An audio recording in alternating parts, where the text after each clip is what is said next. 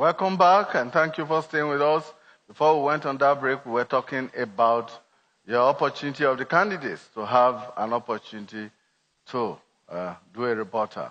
And if you have any clarifications to make, please indicate, and you will have 1 minute. The candidate of the PDP indicated, right. Please go ahead. Well, let me clarify again what I said when I said fighting corruption is not an economic policy. It is not that you can't fight corruption, but you can fight it more aggressively while addressing economic issues. For example, in 2015, unemployment and underemployment was 24%. Today it's 40%. In 2015, we were attracting $21 billion in foreign direct investment. We attracted only 17 last year. We attracted only 12 last year. That means it's going to, our GDP was 520 in 2015. Our per capita was 2,500.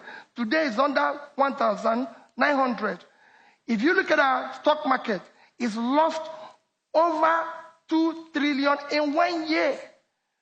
So that is not any policy. You're not creating jobs. You're not doing the right thing. And you're just fighting corruption. You can't shut down your shop and be chasing criminals. Thank you very much. You come back, thank you. Please.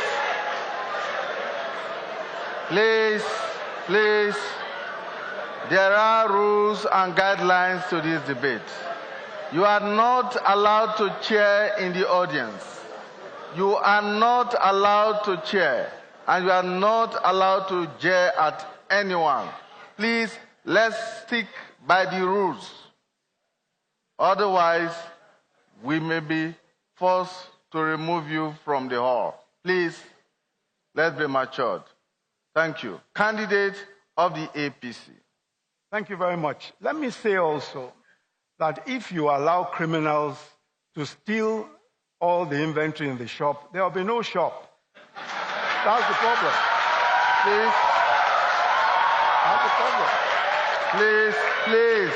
And what has happened to the Nigeria in the past 16 years is what the World Bank told us, that the major cause of our poverty is corruption. That's a major cause. That's what we've been told. So let me say that there is no way that we can minimize what has happened. We can't minimize corruption. If you minimize it, we run the risk of completely, in fact, the argument is lost. We cannot do what we want to do unless we're able to minimize corruption or eradicate it completely, which is what we're trying to do. I want to rebut the question about our debt figures.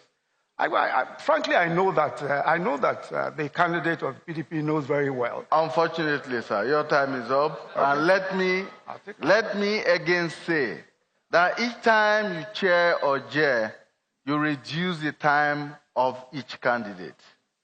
And that time is very valuable, is very vital for him or her to make the necessary points.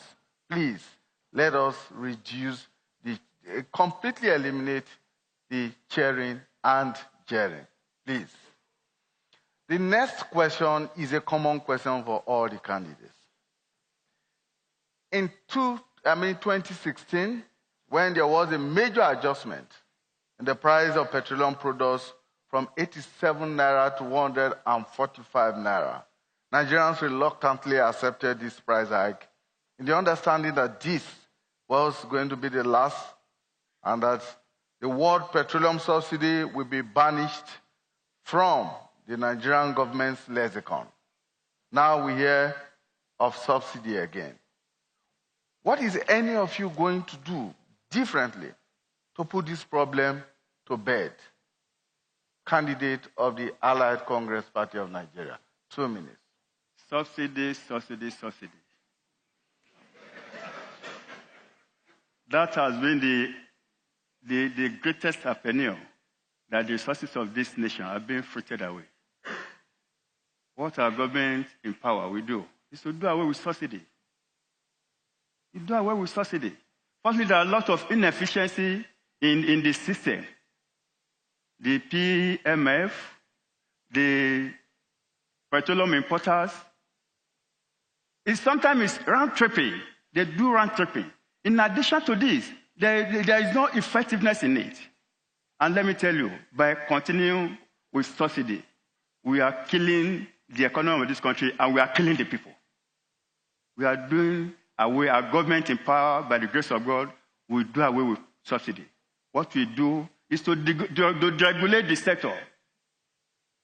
In a situation where you fix prices, you are indirectly telling people not to come, because nobody will bring a capital into a venture that is not profitable.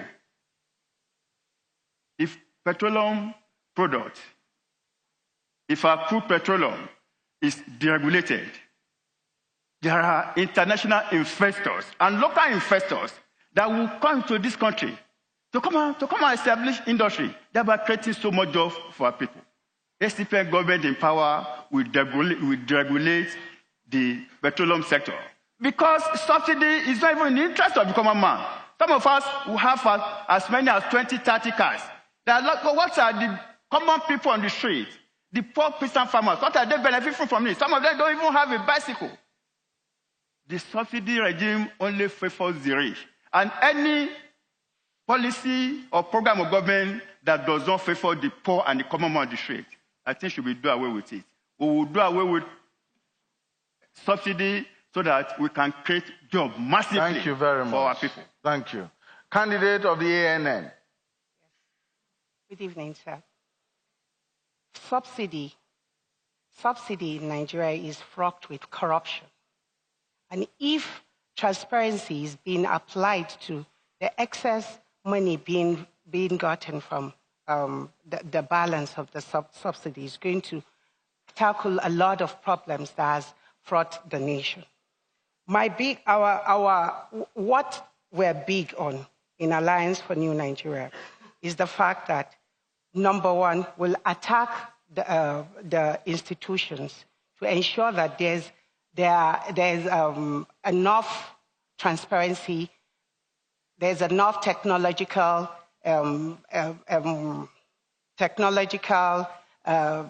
issues, technological GPS that is being upgraded to ensure that every kind of corruption is tackled.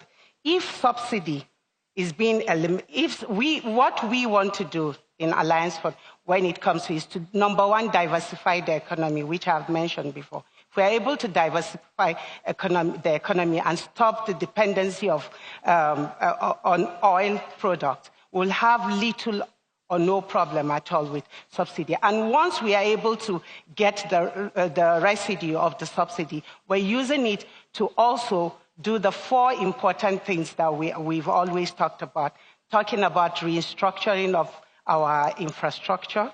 We're talking about ensuring that most of these excesses are being allocated to various structures like education, health, healthcare system, and all, talking about the complete overall of the civil service system. So subsidy is not something that it's something that we tackle properly. Thank you. Yes.